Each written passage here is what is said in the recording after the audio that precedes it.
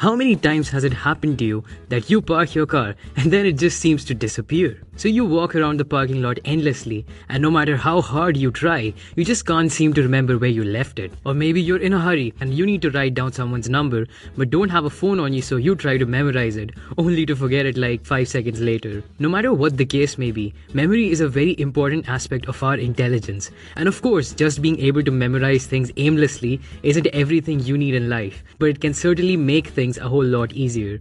I've personally used the techniques I'm going to share with you to memorize all the digits of pi up to 100 digits.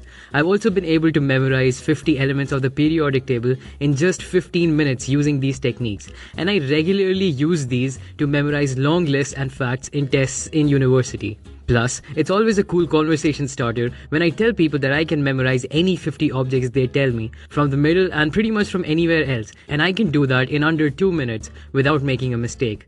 And trust me, I'm not exceptionally intelligent or anything, it's just that these techniques are that powerful. So listen up, because these are the same techniques that are used by the memory champions around the world. So this technique is called the method of loci, and it is the basis for all extraordinary feats of memory performed by ordinary people. You might have seen this technique being referenced in the TV show Sherlock. The basis of this technique is that we as humans can remember spatial details much more than anything else. You may not remember the names of your neighbors, but you will never forget what your childhood home looked like. Or even the fact that you cannot exactly remember when you met a stranger, but you can accurately remember where you met them.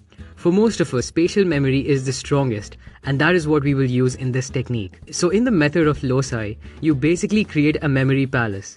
This can be any physical location that you know the ins and outs of. So it would be best if you chose something like your high school or the house in which you grew up. Once you have this place in mind, now you need to decide a path. So for example, you start at the doorway, and then you go to the living room, and then the kitchen, then upstairs, and then some other room, etc. And then you end on the garage.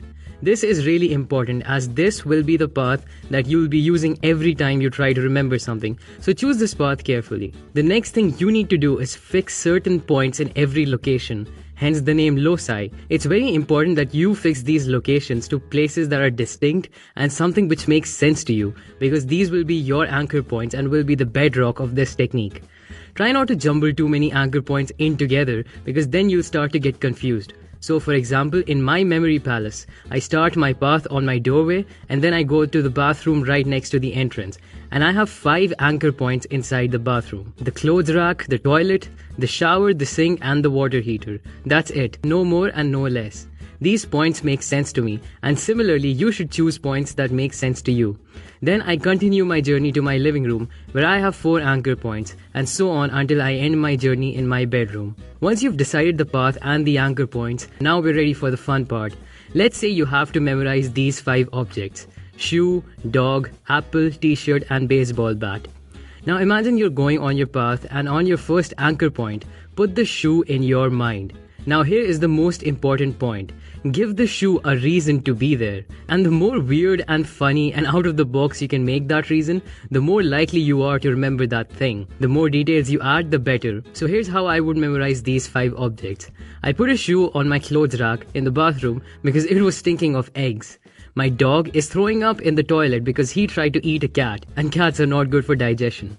The apple is taking a shower because he is getting ready to be eaten and is pretty excited about it, and so on. So you see, the weirder the details are, the more it's going to stick in your mind. So in this method, we have used 2 of the most fundamental things about why we remember something. We remember things that are out of the ordinary, things that are weird, and we remember physical locations very well. If you want to remember numbers using this technique, you can do it just as easily.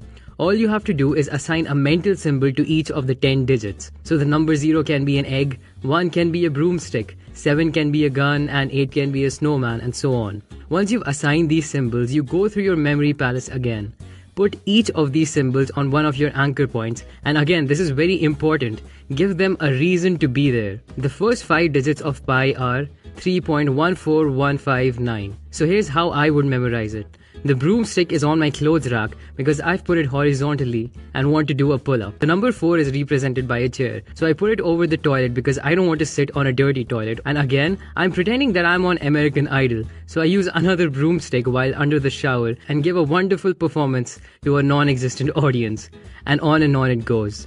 You can remember a lot of things using this method. Once you're comfortable with this method, you can start to experiment.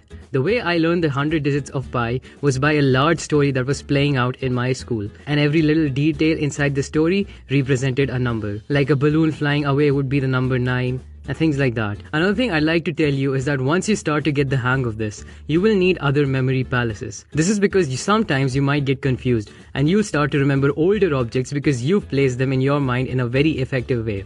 That's alright, it's not like you'll waste your memory palaces, you'll just have to rewrite them a little bit. The reason this method is so powerful after you've been doing this for a while is that it almost becomes effortless to remember exactly where you placed a particular thing. As all of my anchor points are completely fixed and I know my memory palace very well. This is why I can remember a list of up to 50 objects with no problem at all. More than that, I can name the 21st object or maybe like the 45th object without counting down to it because I know exactly where my anchor points are. These are exactly the same techniques that memory world champions used to memorize a deck of 52 cards in under a minute. You can remember everyone's name using these techniques. Seriously guys, this is one of the best memory hack there is and you'll be missing out if you don't try this. I hope you learned something new in this video, and if you did, then please click the like button. Share this video if you feel like it'll help someone else. Subscribe if you want more insight in your life, and thanks for watching.